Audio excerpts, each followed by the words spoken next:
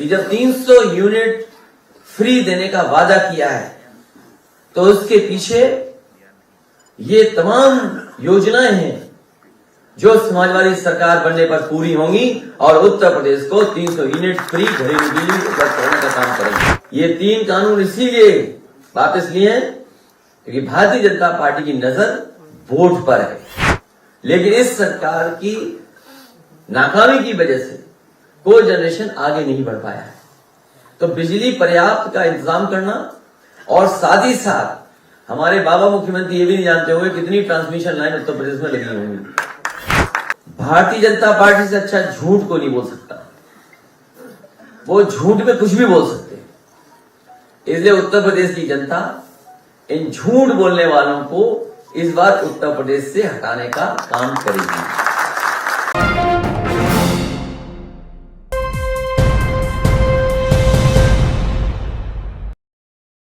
तेरह 2 है 662 तो 1300 के लगभग मेगावाट बनकर के तैयार हो गया।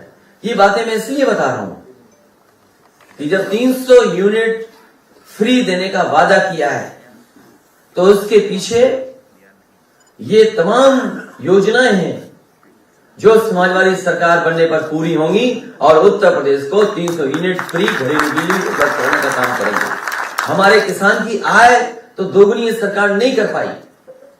इस सरकार ने वादा किया था भारतीय जनता पार्टी ने। अभी मैं इनके लंबे लंबे भाषण सुनता हूं, इनके बड़े बड़े भाषण आते हैं, लेकिन एक भी भाषण में किसान को लेकर की बात नहीं कह रहे हैं। पहले तो साजिश कर करके ये 3 ऐसे कानून लाए जिन कानूनों से किसानों की खेती बर्बाद हो जाती, जमीन छीन जाती, उनके हाथ में खेती नहीं बचती। मजबूरी में उत्तर प्रदेश का चुनाव देख करके उन्होंने तीनों कानून वापस ले लिए। और मैं जानता हूं और हमारे तमाम साथियों ने बताया कि जिस समय गाजीपुर से मऊ आजमगढ़ होते हुए जब सवेरे रथ पहुंचा था, भारतीय जनता पार्टी के होश उड़ गए और सबसे बड़ा काम उन्होंने किया कि किसानों के 3 कानून वापस ले लिए। जहां उत्तर प्रदेश के किसान और पंजाब के किसानों को मैं बधाई देता हूं कि जहां पर किसान लगातार आंदोलन करते रहे, पंजाब के किसान डट गए, देश के किसानों ने साथ दिया और उसका परिणाम हुआ कि तीनों कानून भी वापस हो गए। ये 3 कानून इसीलिए वापस लिए हैं क्योंकि भारतीय जनता पार्टी की नजर वोट पर है। साथ ही साथ ये तो बताया मैंने कि पावर प्लांट कहां लगे हैं। कोल जनरेशन से भी बड़े पैमाने पे बिजली बन रही है, लेकिन इस सरकार ने कोल जनरेशन पे कोई ध्यान नहीं दिया। जो हमारे शुगर मिल प्लांट थे उन पे सरकार की तरफ से नेताजी के समय पर एक पॉलिसी आई थी जिसके तहत बड़े पैमाने पे इन्वेस्टमेंट हुआ था और इन्वेस्टमेंट होकर के कोल जनरेशन के प्लांट लगे थे जिससे सरप्लस बिजली उत्तर प्रदेश सरकार को मिल रही थी। लेकिन इस सरकार की नाकामी की वजह से कोल जनरेशन आगे नहीं बढ़ पाया है। तो बिजली पर्याप्त का इंतजाम करना और साथ ही साथ हमारे बाबा मुख्यमंत्री ये भी नहीं जानते होंगे कितनी ट्रांसमिशन लाइन उत्तर प्रदेश में लगी होंगी। कभी आप बताओ पत्रकार साथियों, उनके मुंह से कभी ट्रांसमिशन लाइन शब्द सुना आपने?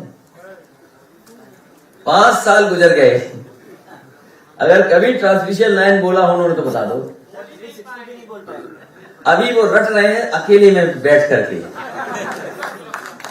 और अगली प्रेस में जाना पूछना कि माननीय मुख्यमंत्री जी आप रट पाए कि नहीं रट पाए। अभी वो अकेले में बैठ करके रट रहे हैं कि 3x63 सुपर थर्मल प्लांट कब बोला जाए। अभी हिम्मत नहीं जुटा पा रहे बोलने की, और आपने ये सवाल पूछ लिया, वो कभी बोलेंगे नहीं। और ट्रांसमिशन लाइन बनाई उत्तर प्रदेश में क्योंकि पुरानी सरकार जो थी उसने शुरुआत की थी ट्रांसमिशन लाइन की, और उस ट्रांसमिशन लाइन को पूरा करने का काम पूरे देश में, अगर सबसे पहला इन्वेस्टमेंट ट्रांसमिशन लाइन में किसी में आया और उसको पूरा करने का काम अगर किसी ने किया तो समाजवादी लोगों ने करके दिखाया। उत्तर प्रदेश में फीडर अलग करना, फीडर सेपरेशन का काम, नए नए सब स्टेशन बनना, बिजली को अंडरग्राउंड ले जाना।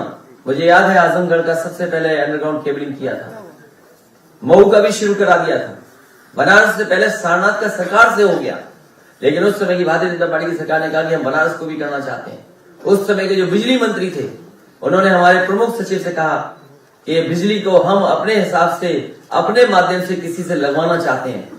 अगर आपकी सरकार मान जाए तो हम उसी तरीके से लगाने का काम करेंगे। मुझे याद है हमने अपने प्रमुख सचिव से कहा कि अगर वो केंद्र सरकार के कोई मंत्री कह रहे हैं कि वो अपने हिसाब से अंडरग्राउंड केबलिंग कराना चाहते हैं तो उसको पूरी की पूरी परमिशन दी जाए और स्वीकृत करी जाए। और उसका परिणाम है कि बनारस में अंडरग्राउंड केबलिंग अगर किसी की वजह से हो रही है तो समाजवादी पार्टी की सरकार की वजह से। मुझे वो दिन भी याद है जो आज हमारे बीच नहीं है, लालजी टंडन जी, वो और बनारस के बहुत बुजुर्ग विधायक, कई बार के रहे विधायक जिनका बीजेपी ने टिकट काट दिया, श्यामदेव चौधरी जी, वो वहां हड़ताल पे बैठ गए थे।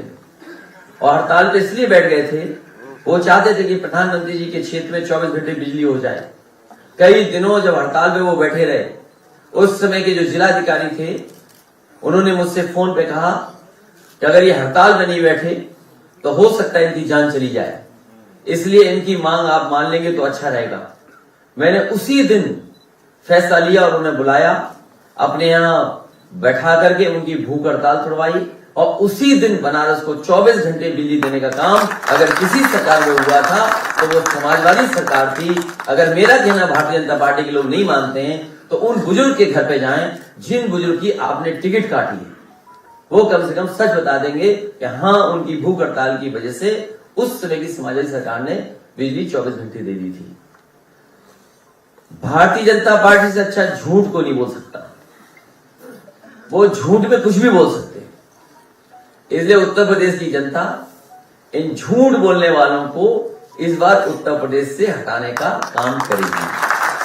समाजवादी पार्टी ने फैसला किया था जिस समय समाजवादी सरकार बनेगी वो किसान जिनकी आंदोलन के समय पर जान गई है, उन सभी किसान परिवारों को 25-25 लाख रुपए उनकी मदद करने का काम करेंगे। और साथ ही साथ एक किसानों के सम्मान में एक स्मारक भी बनाया जाएगा।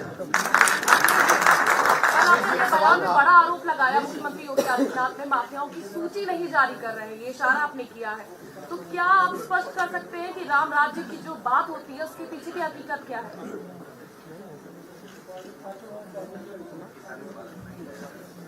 ये सवाल ऐसा है, आप नाम पढ़ते हैं कि ये माफिया किस पार्टी के तो अच्छा लगता है। आपने बोला ना नहीं, वो तो मैंने बोला, लेकिन अगर आप नाम पढ़ के पूछती तो मुझे बड़ा अच्छा लगता, मैं बताता कि हाँ ये बीजेपी के हैं। और मैं फिर दोहराता हूं वो बात, अभी जो सूची आई है जिसमें विधायकों पे आरोप लगे हैं, एक रिपोर्ट आई, एडिया रिपोर्ट, उसमें सबसे ज्यादा विधायक जिन पर मुकदमे हैं वो भारतीय जनता पार्टी के निकले। और पूरे देश का पहली बार इतिहास बनाने का काम किया है कि जिस मुख्यमंत्री के ऊपर तमाम धाराएं मुकदमे थे उसको भारतीय जनता पार्टी ने मुख्यमंत्री बनाया।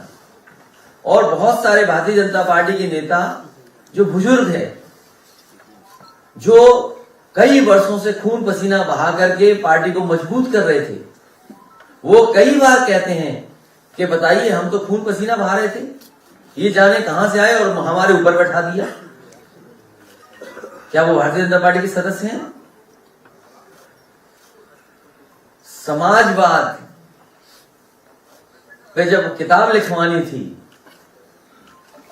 तो उन्होंने अंग्रेजी में लिखवाई ये किताब।